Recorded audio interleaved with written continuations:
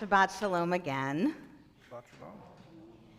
So in addition to Shabbat and to Lexi's Bat Mitzvah, this night also marks a special Shabbat on the Jewish calendar called Shabbat HaChodesh, the Shabbat noting the new Jewish month of Nisan, the month in which Passover occurs. As a special Shabbat, traditionally it includes a special Torah reading, a special maftir at the end that's thematically connected not to the normal sequence of Torah readings, but rather to the special Shabbat. And in this case of Shabbat HaChodesh, a reading from Exodus chapter 12 is included, and this reading details the ancient preparations of our ancestors for the very first Passover. But after about the first half of the 20-verse selection, the passage moves on to the institutionalization of Passover for all time, as an observance for all people for all time. And the main way that the verses detail how we should do that is through doing two specific things. Actually, I should say doing one thing and not doing another thing. Anyone want to take a guess on what the do and the not do are? Yeah, good. The do is eat matzah. So then what would the not do be? Right, bread, or as we refer to it in sort of Jewish tradition, chametz, because it ain't just bread. It's anything that leavens, as it were. So we're going to do a little confession, because why not? It's a synagogue. So raise your hand if at some point during Passover you eat matzah. Good, you all win. Fantastic. Now let's make it a little more difficult. Raise your hand if during Passover, for the amount of days you observe, whether that be 7 or 8 respectively, maybe some of you are going to say, I only observe 2. But let's go with 7 or 8 as the mainstay. Raise your hand if you eat matzah every day of those 7 or 8. I like it. There's a commitment to that. All right, good.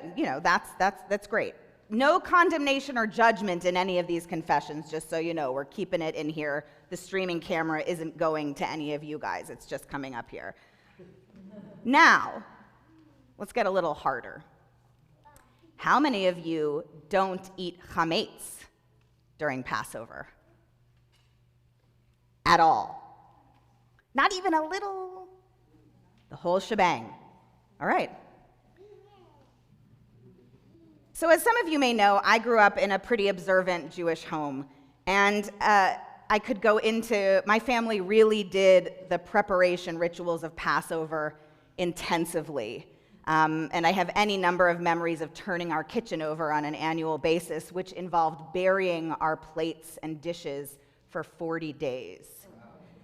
That's not really like a pleasant memory that I have. And among these many tedious or annoying, as I thought of them at the time, rituals, I did have one favorite, and that was the practice of bidikat chametz, searching for the chametz. So some of you are nodding, and I wonder if maybe any of you share this memory or this experience that I had growing up. Each year, we would get this little kit with a wooden spoon, a feather, and a very small, it was typically a yellow candle. And as per the instruction of the Jewish tradition, my family would wait until evening, the night before Passover, turn off all the lights in our house, light this little candle, and I actually think the candle was a leftover menorah candle, and it was the same company that made the Chanukiah candles, and they took the surplus and repackaged them in these bidikat chametz kits, because that's the type of candle this was like.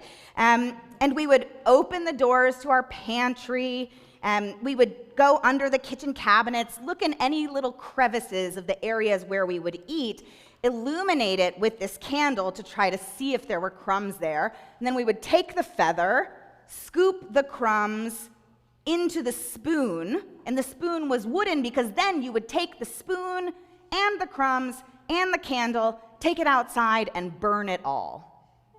Anybody do this? Was it just like a weird Dallas, Texas observant Jew thing? If you Google this, I went and looked online if these kits still exist, and they do, just so you know. So should you be curious, you have 13 days to order one to participate in this ritual.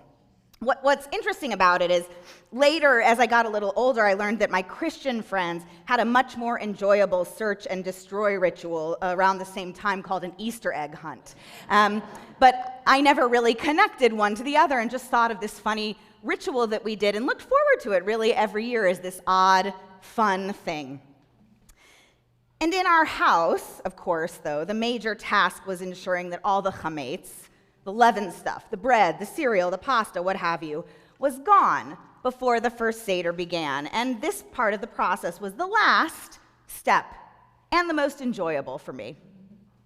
What I didn't realize as a little girl was why such a search for such specific little bits mattered. After all, it's not like we were eating these crumbs off of the floor. And why at night with the candle? What was that all about?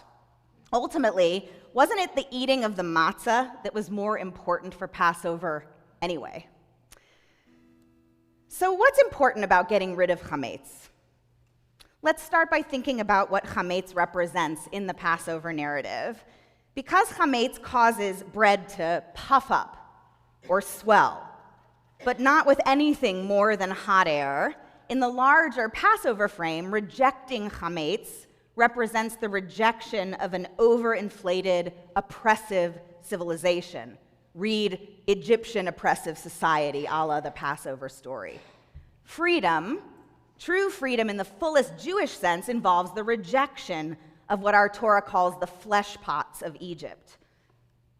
But there's actually a deeper, more personal symbology involved in chametz as well. My colleague and friend Rabbi Danya Ruttenberg explains it this way. A lot of traditional commentators describe chametz as fluffy and swollen and talk about spiritual chametz as the puffy, overextended parts of our ego, the way we try to posture and preen to achieve renown rather than just existing as we are, being gentle and modest, a mere humble matzah, if you will. It's a lot harder to sweep out our illusions about ourselves, the ways in which we try to put ourselves first, the ways in which we hear others a little less well because we think of ourselves as knowing more, the ways in which we take shortcuts on our integrity and our deepest values. Like the search for physical chametz that happens in the dark with a candle, we're invited to be intentional in our attempts to collect all the parts of who we've been that are not nourishing us, that are dragging us down. We have to search for them, and we have to be willing to find those little bits, confront them, take them from where they've been hidden all this time. And then when we find these parts of ourselves, we have to figure out a way to eliminate them. If you leave the dust behind, the little crumbs behind, they'll always be there, and they seem to collect and grow. And our tradition invites us to think that it's this work of seeking out and then releasing our internal chametz, our internal leavening, as it were, that can itself be an offering to God. So now, if I were going to ask you, of all the Jewish holidays, which invites us into a period of soul-searching and personal improvement, you would answer Yom Kippur, Rosh Hashanah, not Passover. So what's this self-reflective lens about? What's it doing here at Passover? Well, as it happens, tonight isn't just Shabbat HaChodesh, it's actually Rosh Chodesh Nisan. The first of the month of Nisan begins this evening, meaning that the new month of Nisan, this month that begins and includes Passover, is right now. What you might not know about Rosh Chodesh Nisan is that originally it was observed as the new year, the first of all the months, as the Torah calls it in Exodus chapters 12 and 13. So in addition to Shabbat Shalom as a greeting, technically tonight we could greet each other with Shana Tova. So Lexi, you can say you had your bat mitzvah on Rosh Hashanah the very first time. And as such, This idea of introspection and self-improvement at the beginning of a new year actually proves very appropriate.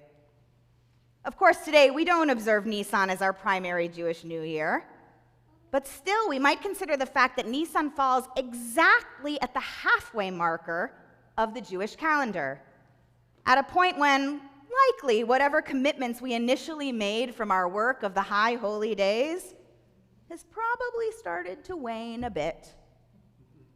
Perhaps the little bits and crumbs have fallen off and we've shoved them or brushed them off into the little corners and crevices of our lives. What better time to re-illuminate our awareness around them? What better time to have a refresher and an opportunity to recommit ourselves to the work of becoming the best versions of ourselves than right now? And if you think about it, what better way to truly honor and celebrate our freedom than to reject our otherwise habituated tendencies and idiosyncrasies and claim for ourselves our own agency over ourselves, our thoughts, our actions, and choose to rise to be the people we can truly be?